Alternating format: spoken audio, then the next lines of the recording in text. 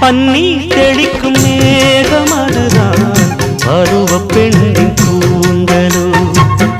கண்ணே உனது கைகள் ரெண்டும்